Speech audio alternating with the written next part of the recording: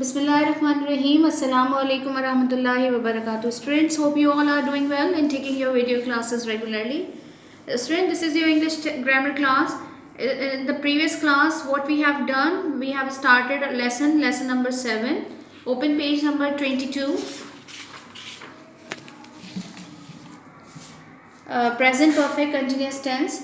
And I assigned you the homework. What was the homework? To solve exercise A, B and C. I am showing you the exercises. You can tally the answers.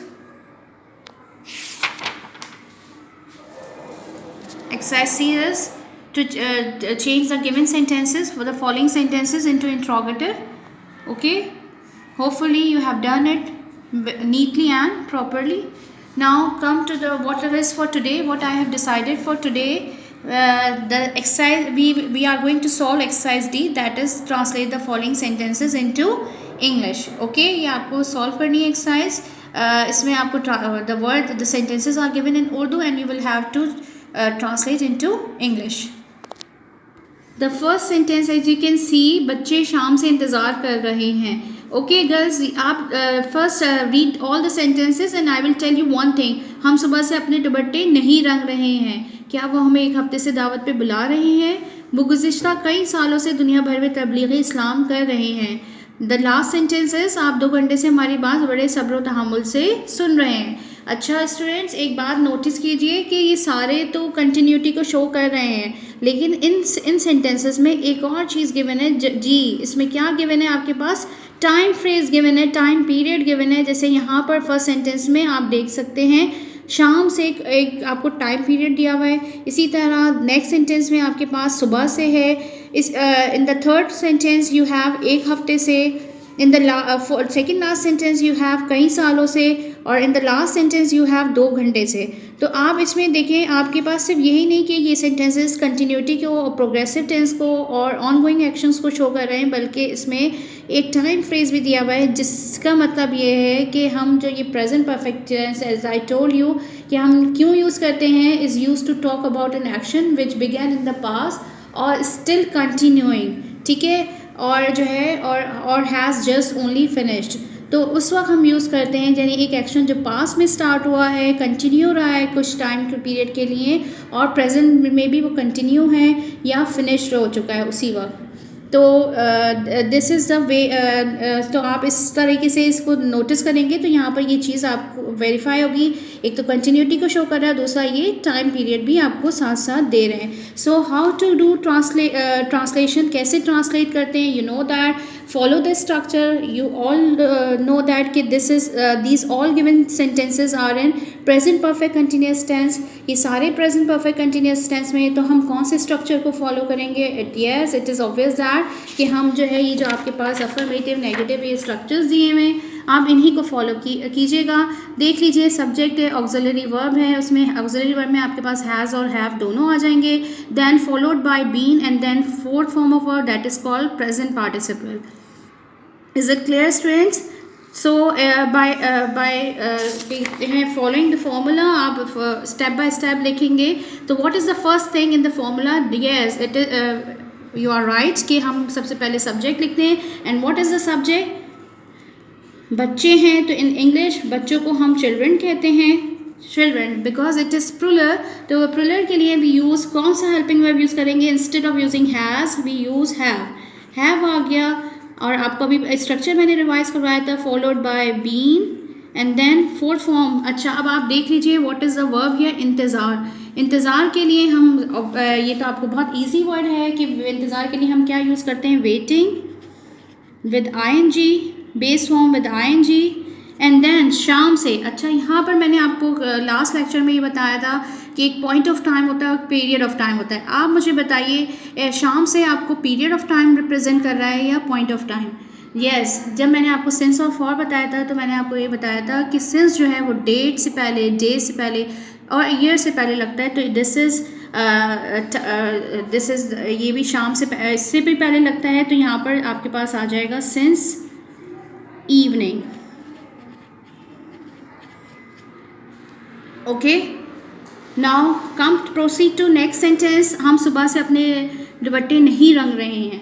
तो इसके लिए आप मुझे वही आप follow करेंगे। हम के लिए वी हो जाएगा हैव बीन। अच्छा, अब रंगने को क्या कहते हैं? रंगने को कहते हैं, अच्छा आप यहाँ देखिए व्हाट इज़ द वर्ब रंगना। रंगना का जैसे कलर करना जिसको जैसे जो हम अपने दुपट्टे डाई करवाते हैं, तो दिस इज़ तो इसके लिए इंग्लिश वर्ड है what is the verb for this word dying. अच्छा, यहाँ पर आप स्पेलिंग को बड़ा नोटिस कीजिए। यहाँ पर वी हैव ई DYEING, ठीक है।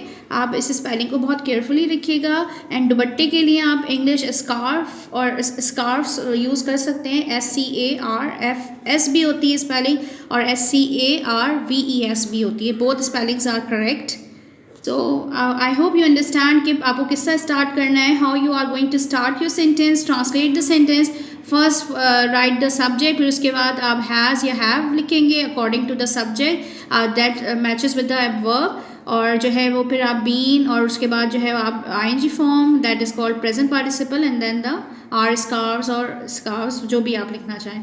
क्या वो हमें एक हफ्ते से बुला रहे हैं दावत पे? अच्छा, यहाँ अब यहाँ पर सेंटेंस की टाइप अफर्मेटिव नहीं है, दिस इज़ इंट्रोगेटिव। आपको इसी वे में लिखना है, यानी आपको फर्स्ट हेल्पिंग वर्ब जो है इन द बिगनिंग लिखना है। आपके पास सब्जेक्ट हमें है, यानी क्या कहते हैं वो हमें वो है, यानी दे लिखेंगे आप, और दे के साथ क्या आता है? हैज़ आता है या हैव आता है, तो हैव दे बीन। अच्छा, यहाँ पर आपके पास जो वर्ब है वो इन्वाइटिंग है। ओके, दावत पे बुलाने के लिए आप क्या वर्ड यूज़ करेंगे? Inviting us for a feast. दावत के लिए फीस्ट का वर्ड यूज़ होता है FEAST। ओके, अच्छा, और एक हफ्ते से तो आप क्या यूज़ करेंगे एक हफ्ते के लिए? फॉर अ वीक, ठीक है, क्योंकि इसमें हाउ लॉन्ग का बात दी हुई है, पीरियड ऑफ टाइम मेंशन किया गया है।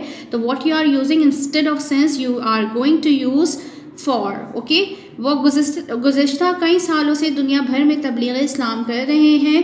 अच्छा, वो के लिए again we have the word दे आ जाएगा। वही आपका हेल्पिंग वर्ड ING फॉर्म में प्रीचिंग तबलीग के लिए हम प्रीचिंग का वर्ड करते हैं, क्योंकि इस्लाम की कर रहे हैं, तो यहाँ पर हम यूज़ करेंगे preaching Islam. And in the whole throughout the world, all over the world, whatever you want to use. And कई सालों से आप क्या यूज़ करेंगे? For the past few years या सेवरल ईयर्स यूज़ करेंगे।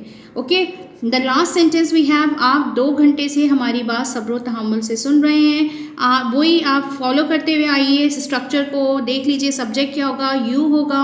The verb is listening us patiently, listening to us patiently. सब्र तहम्मुल के लिए विद पेशेंस भी हो सकता है, और पेशेंटली का वर्ड भी यूज़ हो सकता है। एंड 2 घंटे से ये भी आप नोटिस कीजिए कि यहाँ पर पीरियड ऑफ टाइम मेंशन है, तो यहाँ पर क्या यूज़ होगा? फॉर यूज़ होगा instead of using since for 2 hours। Okay students, आपकी कुछ प्रैक्टिस एक्सरसाइज है, कुछ drill exercise for your practice for your drill. आपको मैं ये आपको एक्सरसाइजेज जो है आपको पता है how to do this. I will show you the notebook work, लेकिन आप kindly note down the sentences. Exercise A, what is exercise A? Transform the following sentences. Okay, आपको ट्रांसफॉर्मेशन वाली एक्सरसाइज है आपके पास, और आपको करनी है। आपको पता है how to do this exercise, as you know that you have done and last term, आप लास्ट टर्म में भी कर चुके हैं। पहले आप उसका सारा जो है डेफिनेशन लिखते हैं, उसके बाद उसके सारे स्ट्रक्चर्स लिखते हैं, और नेक्स्ट पेज पे आप ये ट्रांसफॉर्मेशन की एक्सरसाइज करेंगे। I am telling you the sentences, I am reading the sentences one by one for you. आप उसको सुन भी लीजिए। She has been reciting the holy Quran for 2 hours। You are going to change this sentence into transform the sentence into negative. The next sentence we have been planting trees since morning, interrogative में change करना है। Her baby has been crying since midnight. You are going to change the sentence into negative. The second last sentence is his mother has not been cooking for 3 hours. ये आपको affirmative में दिया हुआ है, with in the packet जो आपको instruction दी हुई है उसी को फॉलो करना है। They have been chasing him for long, इसको आपको चेंज करना है इंट्रोगेटिव में। तो स्टूडेंट्स, आप ये सेंटेंसेस को कॉपी डाउन कीजिएगा neatly in your copy, in your notebook. The next exercise is what is exercise B? Translate the following sentences. आपको ट्रांसलेट करने हैं, ऑब्वियस है कि आपको ये उर्दू में है तो इंग्लिश में करने हैं। मैं इस घर में 2 साल से रह रहा हूँ, वो सुबह से इस कार की मरम्मत कर रहा है। क्या तुम 1 घंटे से मेरे सामान की देखभाल कर रहे हो? वो 9 बजे से तालाब में नहीं तैर रहे हैं। आप बहुत देर से खेल रहे हैं।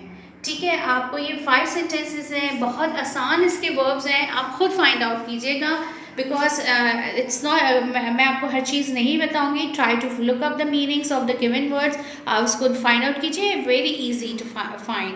Okay, kindly do this very neatly and properly in your notebook as you are my good students. Okay student, note down the homework. What is the homework for today? You will have to do translation which are given in the book. This is exercise D in the book and practice exercises also. ये जो मैंने आपको exercises दी थी transformation और translation की, ये practice exercises हैं आपके लिए. आप इसको भी अपनी कॉपी में कीजिएगा. Okay, inshallah we will meet you in the next class. Till then, stay home, stay safe. Assalamu alaikum warahmatullahi wabarakatuh.